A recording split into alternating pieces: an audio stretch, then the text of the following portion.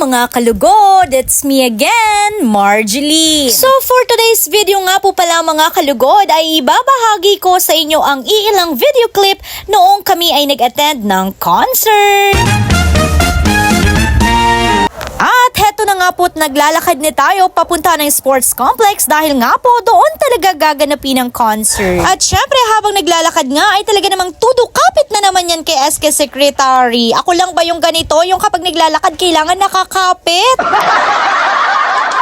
Ay, ewan ko rin ba talaga na kailangan talaga kapag naglalakad ay talaga namang dapat nakahawak ako. Dahil feeling ko kapag nakahawak ako ay talaga namang comfortable ako at feeling ko talaga ay safe na safe akong naglalakad na para bang akala mo naman talaga babanggaan yarn. Pero aminin nyo, kayo minsan ganun din na kapag naglalakad kailangan nakakapit, di ba? At heto na nga dahil nga po mag-a-attend tayo at manunood ng concert. And finally ay nakapasok na rin talaga tayo dito. At hulaan nyo kung kaninong concert ito. Walang iba kundi ang gumising sa pagkatao ni SK Sherwin. Alam kong kilala nyo to kung sino ang kumanta at sumayaw ng spaghetti pababa, pababa ng pababa. O diba? Alam nyo kung sino na? Pagdating nga namin dito ay talaga namang sobrang dami talagang taong manunood. At na-observe ko rin talaga na grabe sobrang daming supporters talaga na magko-concert ngayon. At sa sobrang dami nga ng tao at bukod pa dito ay sumasakit na rin talaga ang mga binti ko kakatayo. Napapasabi na lang talaga ako sa sarili ko na sana talaga doon na lang ako sa bahay at nagpapahinga na lang sana ako. Dahil nga bukod sa hindi na tayo mahilig sa ganito, ay talaga namang iniisip ko na lang din talaga yung pagod ko. Pero no choice tayo dahil nandito na tayo. At syempre, bago nga magpapakita ang magko-concert ngayong gabi, ay talaga namang ipinakita muna nila ang mga nagagandahang mga fireworks dito. At sobrang nakakaaliw rin talagang makita at mapanood ang mga ito, lalo na kapag may partner ka. Huy, tapos sisigaw-sigaw ka ng wow, hala, grabe yun. Kaya naman, si SK Sherwin na lang talaga dito ang napapasabi ng wow kasi nga wala kaming mga partner mga te. At bukod pa dito, kahit na talaga may mga fireworks na yan, hindi ko pa rin talaga nakakalimutan yung pagod ko. Grabe, nag-i-enjoy talaga si SK Sherwin.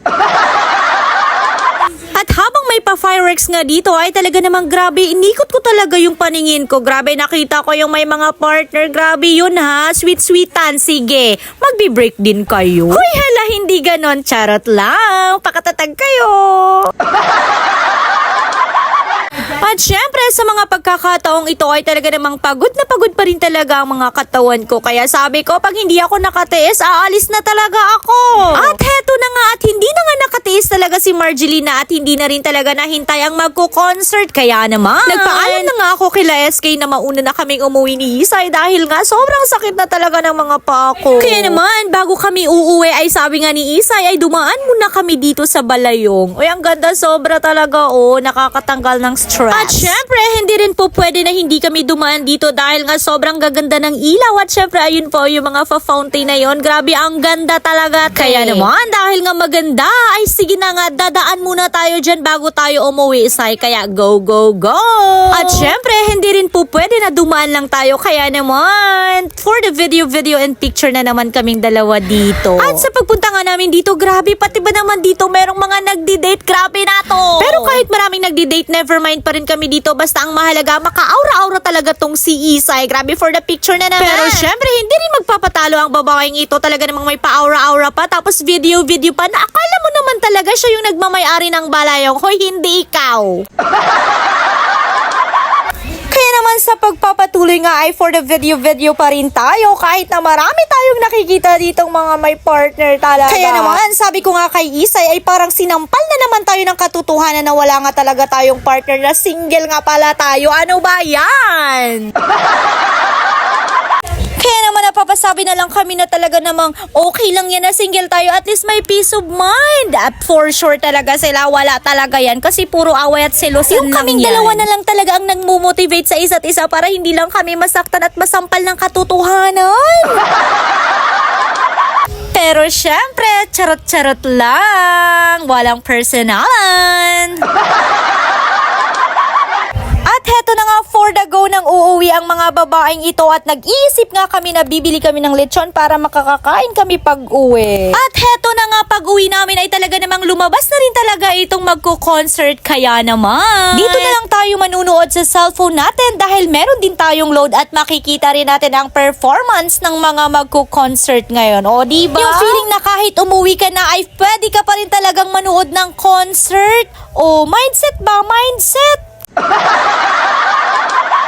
At habang nanonood nga tayo dito ng live ay naisipan na lang namin ni Isay na kumain talaga ng balot na binili namin. Yung feeling na dapat talaga lechon ang bibilihin namin pero napunta kami sa balot mga ate ko. Grabe yun. Okay, so good evening mga kalugod, and for tonight video ay kakauwi lang po namin, galing po kami ng sports complex. So tonight is June ba? June 12, 2026, and kakauwi lang namin ni Isay, galing po kami ng sports complex and it's already 10:24 PM na. So may concert po ngayon ang yung kumanta at sumayaw ng spaghetti pababa ng pababa. Kilala niyo yan. So hindi na po namin pinasimula dahil 10 at hindi pa rin talaga nagsisimula. Sabi ko kay Isay ay kay SK, kay Ma'am Jess sa May Gutierrez na uwi na kami kasi nga bukod sa masakit na yung binti ko kakatayo, pagod din kami kakalakad-lakad kanina. And then inaantok na rin ako.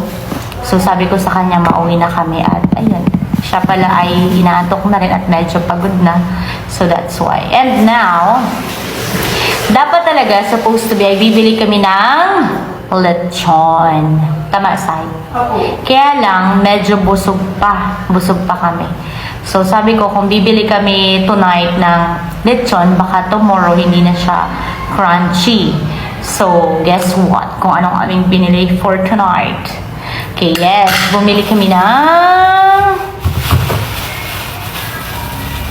charan! Balot na baog. Charot. Bumili kami ng balot. For only 30 pesos, meron ka ng balot, guys. And this is the first time talaga na bumili rin si Isay at kumain. First time, Isay? First time ni Isay. So, gumawa rin siya ng sausawan niya. Merong bawang, sibuyas, suka, and then syempre asin. May asin kami dito. Ito yung suka ko. Si Isay talaga gumawa siya ng sarili niyang sausawan. So, ayun si Isay. Si Ma'am Jess. Yan siya dahil. O, see? Naganda.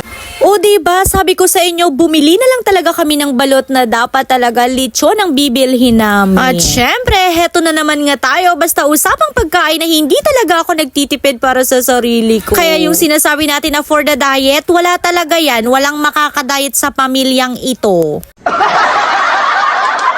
At dahil nga first time na kumain ni Isay ng balot ngayon, ay talaga namang minomotivate ko talaga siya na sabi ko sobrang sarap talaga nito. Dahil gaya ni Isay, nung first time kong kumain ay meron din talaga akong kasama. At nung mga panahon na yun, ng first time kong kumain ay bigla ko ngang naalala si Bridget. Yes po, dahil nga po siya talaga yung kasama ko nung kumain ako ng balot. At siya rin po talaga ang nagpalakas ng loob ko at nagmotivate sa akin na grabe sobrang sarap daw talaga ng balot. Kaya ayun ngayon, favorite ko na talaga ang balot. Kaya shoutout dyan sa sisi ko, Bridget C. Ublan. Kailan kaya ulit tayo makakapagbalot, sis? Grabe talaga kung first time mong kakain ito, parang ayaw mo talagang kainin. Pero kapag once na natikman mo, ay talaga namang hahanap-hanapin mo na talaga ang lasa niya. Kaya naman sa videong ito ay talaga namang focus ako na kumakain ng balot na ito na para bang wala nang bukas. At syempre, habang kumakain nga ako dito ay talaga namang ang dami kong chika sa inyo pero ngayon hindi ko muna ipaparinig. At syempre guys, sumakses nga tayo dahil naubos nga ni Isa yung balot na binili namin. Yay! Congratulations, Sai! At after ngang maubos ni Isay ang balot, sabi niya, kaya nga pala te, ang sarap-sarap pala ng balot. O diba? Sabi ko sa'yo, masarap yan. Na parang bang gusto niya pang bumili pero sabi ko gabi na at bukas na lang ulit talaga. And finally, at natapos rin nating kainin ang balot na ito. Kaya naman, hanggang dito na lang muna ang ating mini vlog. Maraming salamat!